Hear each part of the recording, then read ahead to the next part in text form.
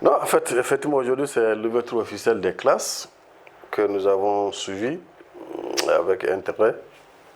Ensuite, nous, au niveau des syndicats de l'éducation, nous plaçons cette ouverture dans le cadre de la continuité de l'année dernière. Comme vous le savez, l'année dernière, en raison des sanctions imposées au pays, nous avons suspendu nos actions. Nous avons accompagné le gouvernement pour l'organisation des examens inédits, en tout cas dans l'histoire récente de notre pays. Et nous avons souhaité continuer dans la même dynamique. Sauf que ce que le gouvernement devrait faire pendant les vacances pour dissiper les différends entre le syndicat de l'éducation et le gouvernement ne l'a pas fait. Vous savez, cette rentrée est perturbée quand même dans deux régions, notamment la région de Caille et dans la région de Sikassou.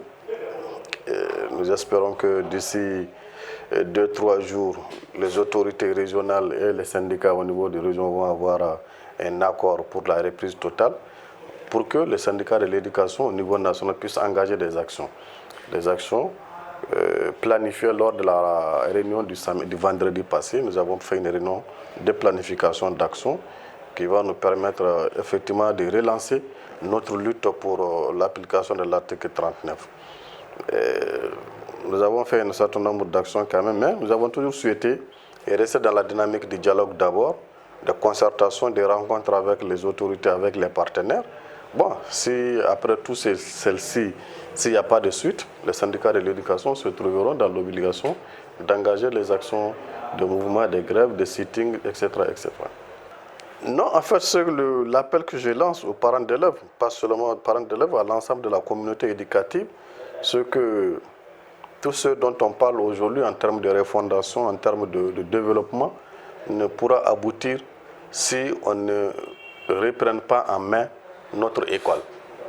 Donc c'est pourquoi, au regard de ce qui a été les examens de l'année dernière, chaque parent doit prendre conscience que l'enfant, ce n'est pas seulement l'école. Il doit être suivi à l'école, mais il doit être également suivi en famille. Donc j'en appelle aux parents d'élèves que chacun en fait sien du suivi des enfants pour que nous puissions redorer ensemble l'image de notre école.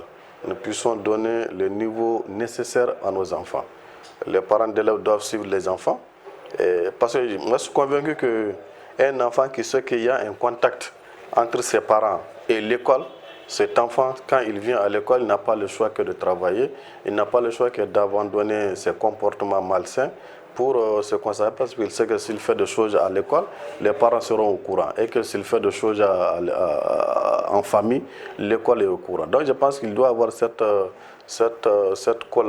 collaboration, cette confiance entre parents et école pour que l'enfant puisse prendre le chemin nécessaire à sa réussite.